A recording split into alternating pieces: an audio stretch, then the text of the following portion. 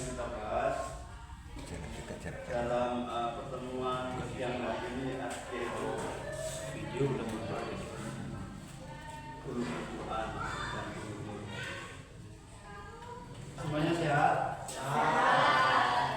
Ya, sudah sehat ya? Sudah sarapan belum? Sudah. Yang laki-laki udah sarapan juga?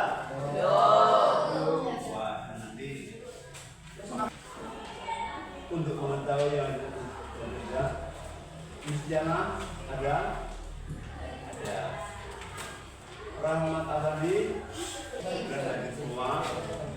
Untuk selanjutnya yaitu kita membahas tentang ulumul Quran. Sebelum membahas tentang masalah ulumul Quran, apa sih Al-Quran itu? Apa Al-Quran? Firman Allah SWT.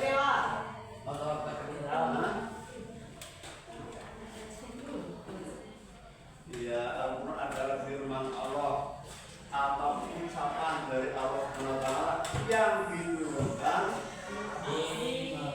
oleh malaikat Jibril ya ke Nabi Muhammad SAW.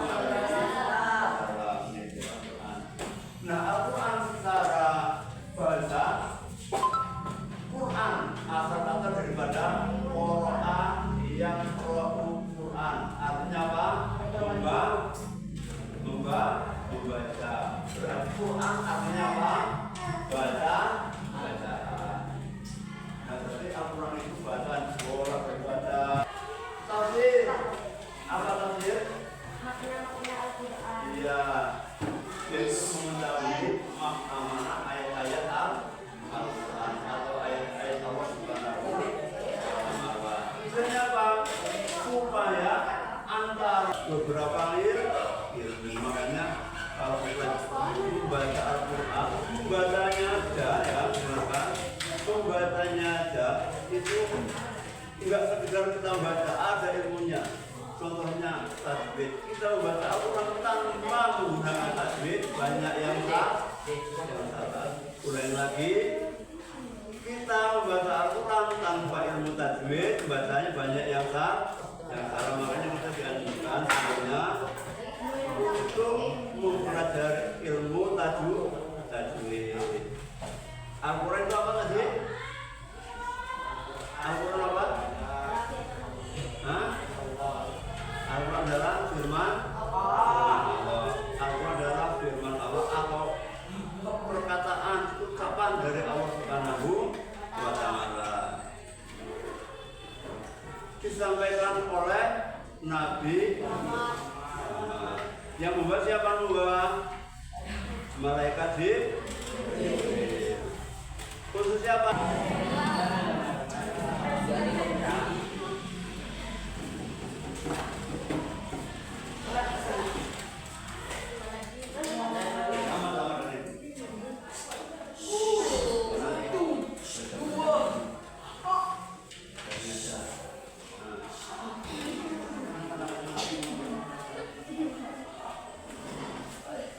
Nah, untuk yang selanjutnya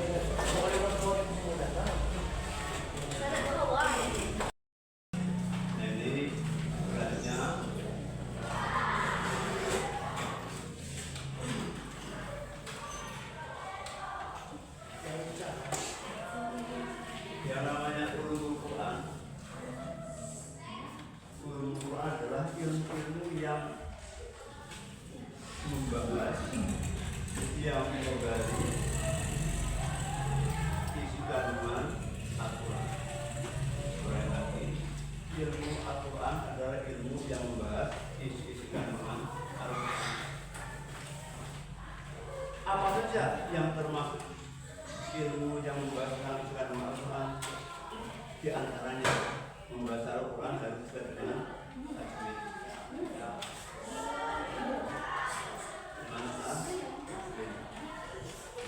Yang selanjutnya harus bisa bahasa Arab, terus mengetahui ilmu nahwu dan sorof, terus mengetahui asbabu nuzulnya, dan ilmu-ilmu lain yang bisa untuk membantu menafsirkan Al-Quran. Al-Quran turun di muka bumi ini tidak sementara satu Al-Quran turun terus itu enggak, bertahap. Bertahap.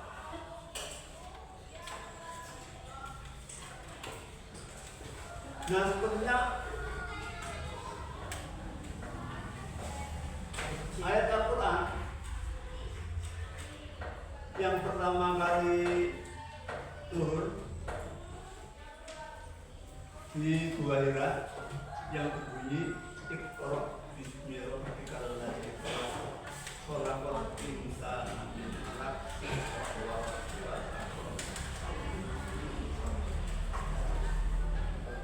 itu yang membuat siapa? Malaikat Jibril. Awal malaikat Jibril harus menemui Nabi Muhammad SAW.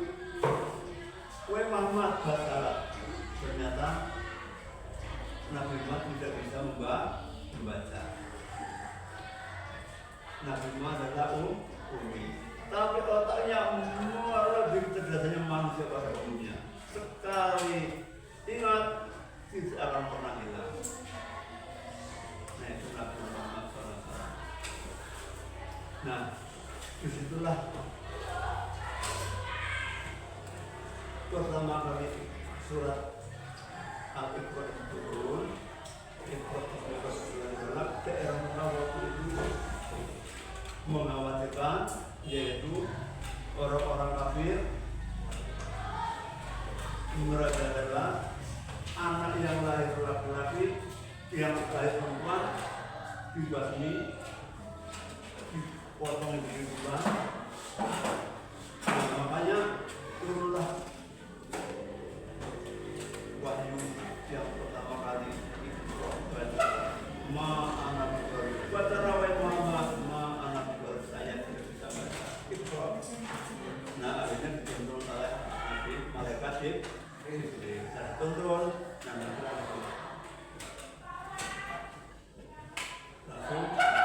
Nah, disitulah pertama kali Islam itu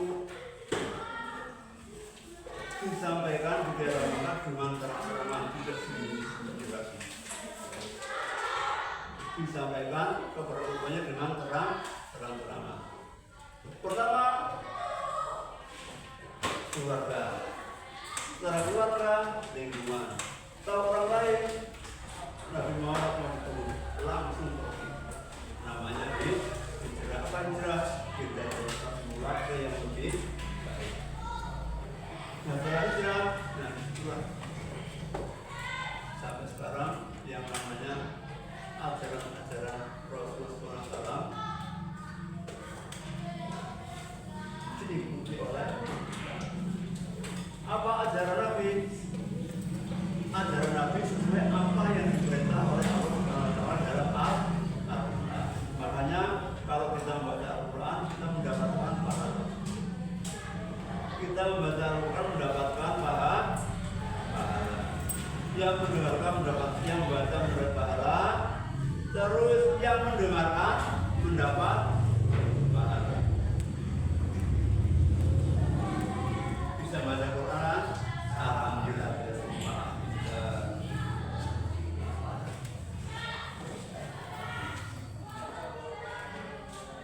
Ada yang nggak ngaji? Ngaji semua. Setelah kita masanya yang namanya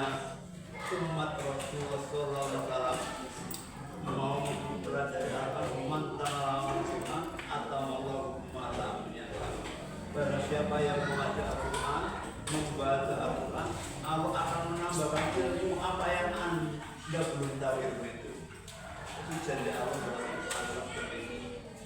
Makanya yuk kita bareng-bareng mempelajari Al-Quran. Pertama apa? Kita dibenahi dulu ilmu tajwidnya. Mengapa ilmu tajwid? Kita membaca Al-Quran tanpa ilmu tajwid pasti salah. Nah itulah fungsinya kita mempelajari apa namanya ilmu apa banyak sekali ilmu dalamnya banyak. Yang selanjutnya ilmu aqaid. Apa ilmu aqaid? Ilmu aqaid itu ilmu yang mempelajari tentang keesaan Allah, menebarkan iman takwa kita kepada Allah Subhanahu wa Ta'ala. Ya, menebarkan iman takwa kita kepada Allah Subhanahu wa Ta'ala. Nah, terus yang selanjutnya mengetahui asbabun nuzul. Kalau asbabun nuzul kita tahu, nah berarti kita bisa apa namanya menafsirkan, kita bisa menafsirkan Al-Quran. Biasanya kita belajar di sekolah ngaji yaitu untuk menggali beberapa ilmu supaya kita tahu apa isi Al-Quran tersebut.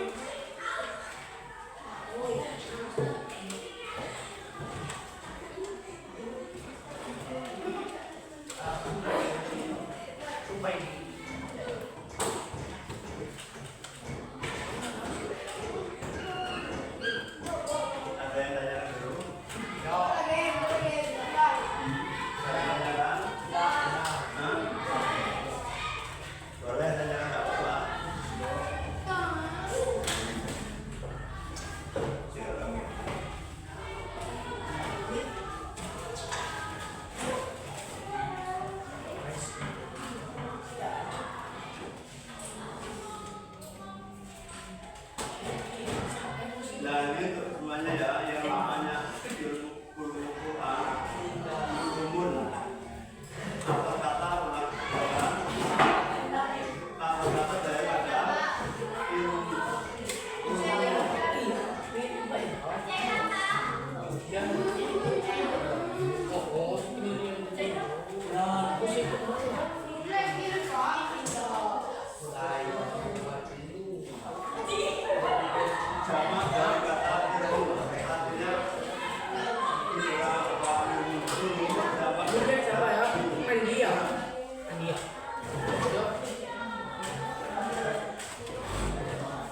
Al-Quran atau Quran, asal kata daripada Quran, ya Quran, artinya Quran, baca,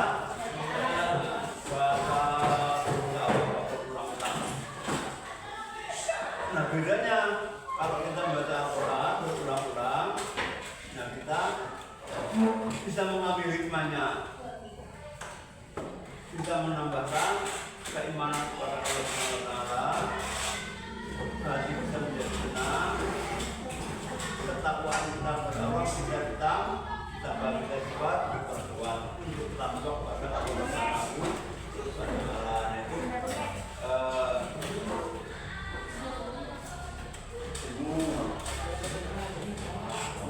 Biasanya para ulama, Quran adalah ilmu yang membahas segala sesuatu yang berkaitan dengan Al-Quran, mulai dari aspek sejarah hingga makna teksnya. Nah, teks Al-Quran walaupun sama-sama tulisan Arab,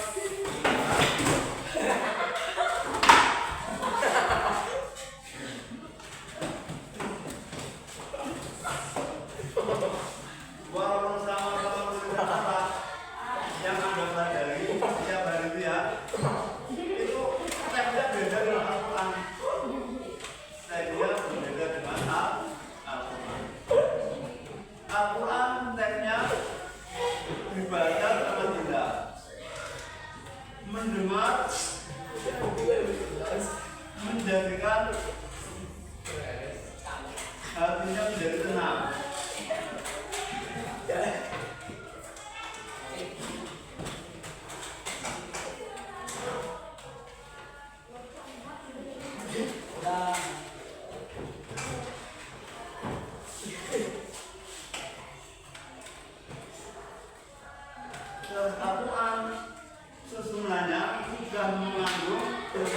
nahu sorok.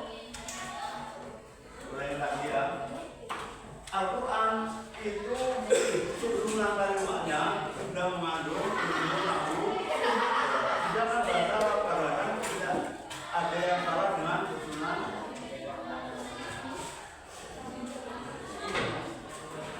Ilmu nahu soroknya. Apa nahu sorok? Kalau nahu itu adalah susunan kalimat, sedangkan sorok adalah susunan kata. Asal usul kata. Asal usul kata. Untuk mengetahui kata kita harus mempelajari ilmu yang namanya sorok. Dan untuk mengetahui susunan kita harus mempunyai ilmu nahu. Makanya yang namanya ilmu nahu dan sorok tidak bisa dipisahkan, harus di mana-mana harus bersatu. Nah itulah untuk mengkaji, untuk mendalami, ya, mendalami Al-Quran. Tidak semata-mata kita baca langsung diterjemahkan, langsung diambil kesimpulannya sendiri tanpa ilmu. Nah itu pasti salah. Nah sebetulnya kita untuk mengetahui tafsirnya kita beri kitabnya, ya sudah jadi. Kita nggak usah beri kitabnya sudah jadi, tapi tafsir Al-Qurannya seperti itu.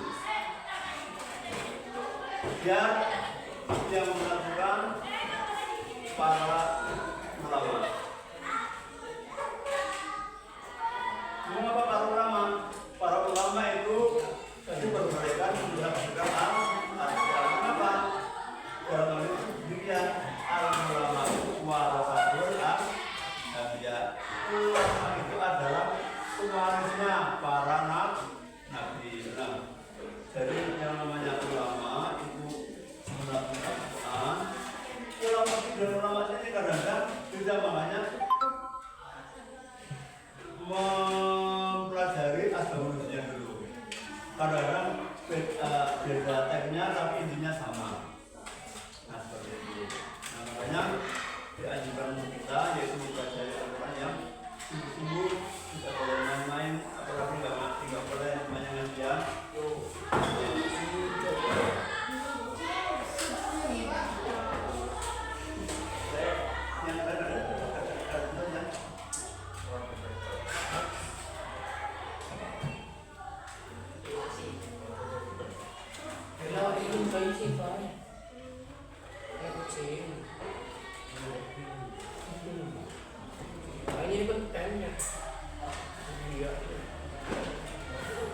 Yang selanjutnya adalah Al-Quran pedoman hidup. Al-Quran adalah pedoman hidup, petunjuk. Yang menunjukkan apa? Menunjukkan baik dulu sebagai pedoman. Kita ada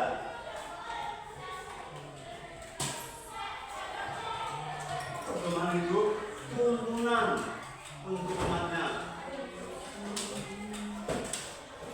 Mengapa semua kesalahan umat Islam disesuaikan dengan Al-Quran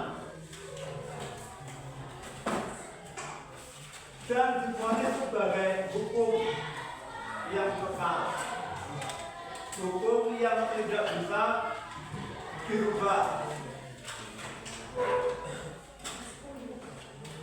hukum yang sudah tidak bisa dirubah itu Al-Quran. Kalau hukuman haram, ya haram namanya. Enggak direkayasa supaya haram tidak.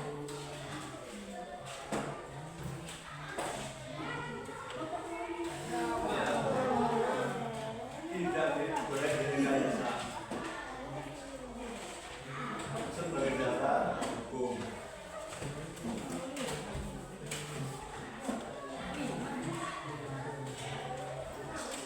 Hukum itu apa? Untuk aspek kehidupan kita semua. Jual beli dilakukan juga ada. Tentang ekonomi ada. Tentang mencari ilmu ada. Tentang teknologi ada. 70.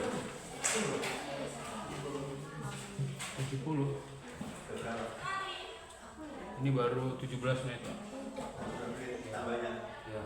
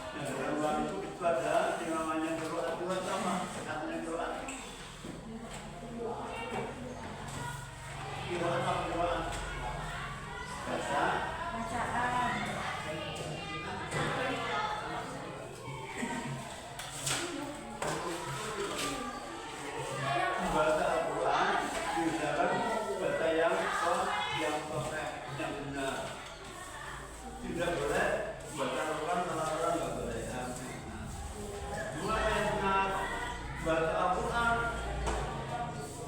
panjang pendeknya salah bisa menunjukkan artinya itu juga salah.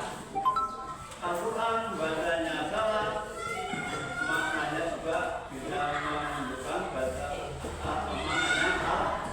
Salahnya itu Al-Quran.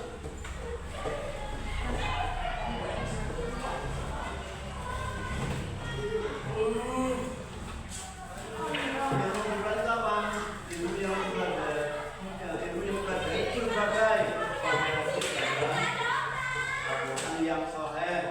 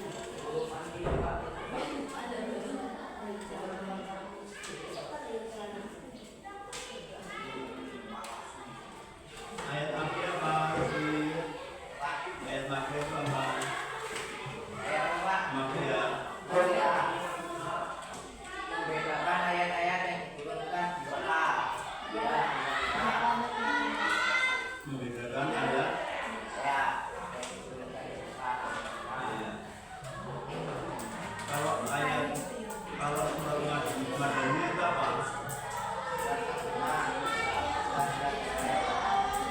Ya, maksudnya ayat-ayat yang diturunkan di Madinah. Kalau mafia ayat-ayat yang diturunkan di Mekah. Kapan ayat-ayat tersebut turun kepada Nabi Muhammad SAW? Setiap ada permasalahan dari Nabi Muhammad SAW, maka ayat itu turun. Nah, kalau Nabi merasa kesusahan, di situ kesulitan, nah maka langsung ayat tersebut turun. Berarti Nabi Muhammad SAW kehidupannya yang maksud siapa? Yang maksud Allah Subhanahu wa Ta'ala. Apa bergeraknya semuanya diatur oleh Allah Subhanahu wa Ta'ala.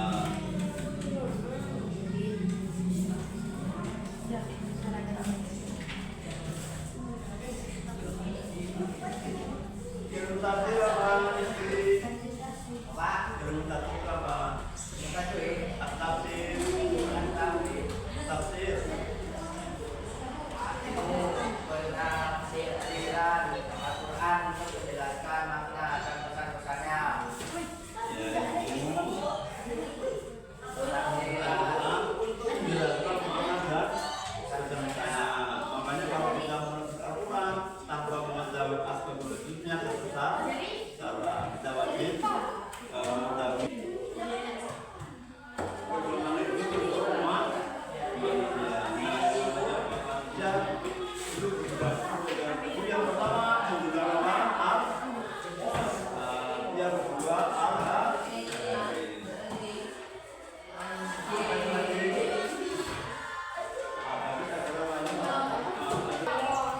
ilmu makiyah dan madaninya, yaitu membedakan ayat-ayat yang diturunkan di Mekah dan di Madinah.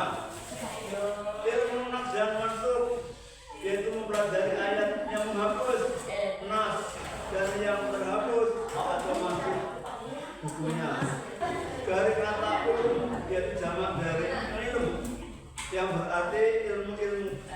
Dan Al-Quran secara istilah, ulumul Quran adalah sekumpulan